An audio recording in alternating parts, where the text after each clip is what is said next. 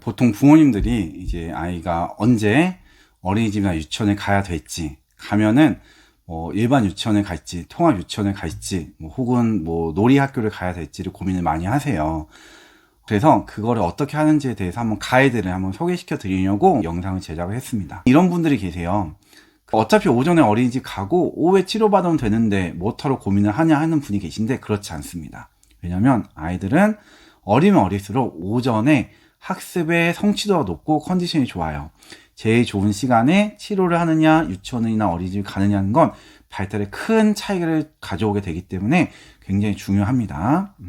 일단은 결론부터 말씀을 드리면 아이의 기능과 나이에 따라서 결정을 하는 건데, 현실적으로 아이가 36개월 미만이다 하면은 무조건 치료 베이스로 하시는 게 효과가 훨씬 더 좋고요. 특별한 거 없으면 48개월까지는 치료 중심으로 하시는 게 효과가 좋다고 봐요. 반면에 7살이 되면은 특별한 거 없으면 기관을 반드시 경험하는 게 좋다고 봅니다. 그럼 그 중간에 48개월부터 7살까지 동안은 그야말로 아이에 맞춰서 기능을 따지면서, 갈 수 있는 환경을 따지면서 고려를 하시는 거고, 하나 조언을 드리면 간다 안 간다 이렇게 접근하지 마시고 일주일에 몇 번을 가는데 점점점 늘려간다 이런 식으로 접근하시면 돼요. 그래서 결론부터 말씀드리면 어릴 때는 치료 베이스가 좋고 7살에는 기관을 가는 게 좋고 중간은 아이의 나이와 기능에 따라서 점차로 늘려가시는 게 좋다, 이렇게 볼 수 있습니다. 그럼 왜 어릴 때 기관 대신 치료를 하는 게 좋으냐라고 하면은 이렇게 보시면 좋아요. 제가 늘 입버릇처럼 말씀을 드린 게 있는데, 우리 아이는 경험을 많이 한다고 적응을 하는 게 아니라 아이가 가지고 있는 기능만큼 적응을 하는 거예요. 정상 발달 아이가 어린이집을 갔다고 쳐봐요. 그러면 뭐 특별한 어떤 경험을 해서 적응하는 게 아니라 대부분의 경우에 적응을 잘 하는 건 적응할 수 있는 능력이 있기 때문이에요. 그래서 우리 아이들은 보통 적응할 수 있는 능력, 그게 소위 말하는 기능과 밀접한 관계가 있기 때문에 기능을 최대한 많이 향상을 하고 기관에서 적응을 하는 게 좋습니다. 그러면 어릴 때 기관에서 열심히 교육을 하고 뭐 통합 어린이집이어서 뭐 특수 선생님이 계셔서 아이를 도와준다고 하시는데, 왜 그러면 그렇게 하는 게 효과가 적냐라고 하면 이렇게 한번 생각해 보세요. 프로그램이 있는데 이런 프로그램이 있어요. 예를 들면 아이가 놀이터에서 놀고 들어와서는 그리기 시간을 하는 거예요. 그래서 아이한테 선생님이 아까 놀았던 것 중에 제일 좋았던 걸 한번 그리기를 해보자 라고 하시는 거예요. 아이들이 막 자기가 좋아했던 그림을 그리는데 우리 아이는 잘 못 따라가니까 선생님이 우리 누구는 아까 미끄럼틀을 좋아했던 것 같으니까 이 미끄럼틀 그림에 색칠을 해보자라고 주시는 거예요. 그럼 우리 아이는 그걸 색칠을 한다고 쳐봐요. 그러면 밖에서 보기에, 옆에서 보기에 우리 아이는 친구랑 같이 그리기 활동을 참여를 하고 있죠. 그러면 유치원 어린이집 활동을 잘하는 것처럼 보이는데, 사실 이 프로그램의 핵심은 뭐냐면 아까 경험했던 것을 기억하는 거예요. 기억하기. 사실상 기억하기가 중요한 거고 그거를 표현하는 건데, 우리 아이는 기억하기와 관련된 중요한 발달의 요소는 학습을 하지 못하고 있는 거예요. 그 시간을 낭비하고 있는 게 되는 경우가 많죠. 그런데 이거를 만약에 개별을 했으면 어떻게 되느냐, 아이에 맞춰서 한 단계씩 차근차근 기억하기 프로그램을 향상시킬 수 있었어요. 예를 들면 물건을 하나 보여주고 이거 기억해보자 한 다음에 시간을 두고 아까 본 게 뭐야 찾아봐 하면 기억하기가 늘어나요. 또 놀이 시간에 놀고 와서 아까 놀았던 장난감이 뭐였지 기억해보자 하면 기억하기 늘어날 수 있어요. 차근 아이에 맞춰서 하나씩 늘어날 수 있습니다. 그게 정상 발달 수준까지 못 늘어날지 모르겠지만 우리 아이들 레벨에서는 차근차근 분명히 업그레이드가 될 수 있었던 경험이에요.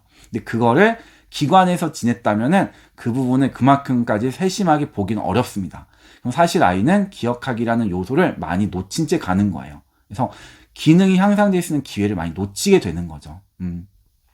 그것이 직접적으로 유치원에서 방치가 되고 이게 문제가 아니라 방치되는 시간 동안 원래 높아져야 될 기능을 못 높였다는 게 더 중요해요. 아까 말했듯이 사회 적응 능력은 경험보다는 능력에 비례하는데 능력을 향상시킬 수 있는 기회를 놓친 거예요. 그래서 어렸을 때는 기능 향상을 중요시하고 효과적으로 할 수 있는 치료 베이스에서 치료를 하시는 게 훨씬 더 효과적인 거고, 반면에 이런 분들이 계세요. 그렇게 따지면 아이가 평생 치료실에서 아이에 맞는 교육을 하는 게 유치원이나 기관에서 하는 것보다 무조건 효과적이지 않느냐라고 하는데, 기관이 갖고 있는 장점이 있어요. 어떤 장점이 있냐면 치료실은 갖고 있는 자원이 한정적이에요. 교실도 작고 교구나 장난감도 적고, 그래서 하다 보면 어떤 일이 벌어지냐면 아이한테 줄 수 있는 자극이 매우 제한적이고 한정적이 될 수가 있어요. 그리고 프로그램도 어쩔 수 없이 공간적인 시간적인 제약 때문에 할 수 있는 게 제한이 있어요. 근데 어린이집이나 유치원은 굉장히 많은 자원을 이용을 하기 때문에 우리가 미처 제공하지 못했던 여러 가지 경험을 하고 그런 경험이 아이의 발달에 중요한 영향을 줄 수 있습니다. 예를 들면 7월 시선 소풍을 못 가잖아요. 그렇죠? 근데 소풍도 가고 뭐 놀이터도 쓰고 또 뭐 여러 가지 만들기나 체육 활동도 훨씬 더 다채롭게 할 수 있기 때문에 아이에게 다양한 경험을 줄 수 있고 그 경험이 실제적으로 기능 향상으로 이어지는 것도 기대하면 좋겠지만 그게 아니더라도 아이 기능 향상을 위한 동기와 자극 면에서 굉장한 도움이 돼요. 그래서 그런 부분이 중요하고 그래서 아이가 나이가 들면 들수록 그런 요소가 학습에 대해서 중요한 동기로 작동하기 때문에 기관 교육은 굉장히 의미가 있습니다. 많은 부모님들이 오해하고 걱정하는 것 중에 하나가 어린이집에 가면 친구들과 대화가 아직 안 통할 텐데 거기서 아이가 뭔가 좀 적응이 안 되고 거기 가는 게 의미가 있는지 모르겠다는 분이 계신데 이런 기관 생활을 한다, 사회성을 높이는 거는 반드시 또래와의 교류만을 목표로 하는 게 아닙니다. 사실 현실적으로 그런 목표는 매우 제한적인 경우가 많아요.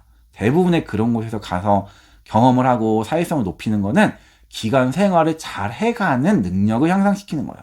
즉 또래와의 직접적인 교류보다는 또래와 같이 하는 활동에 참여하는 능력을 높이는 게 현실적이에요.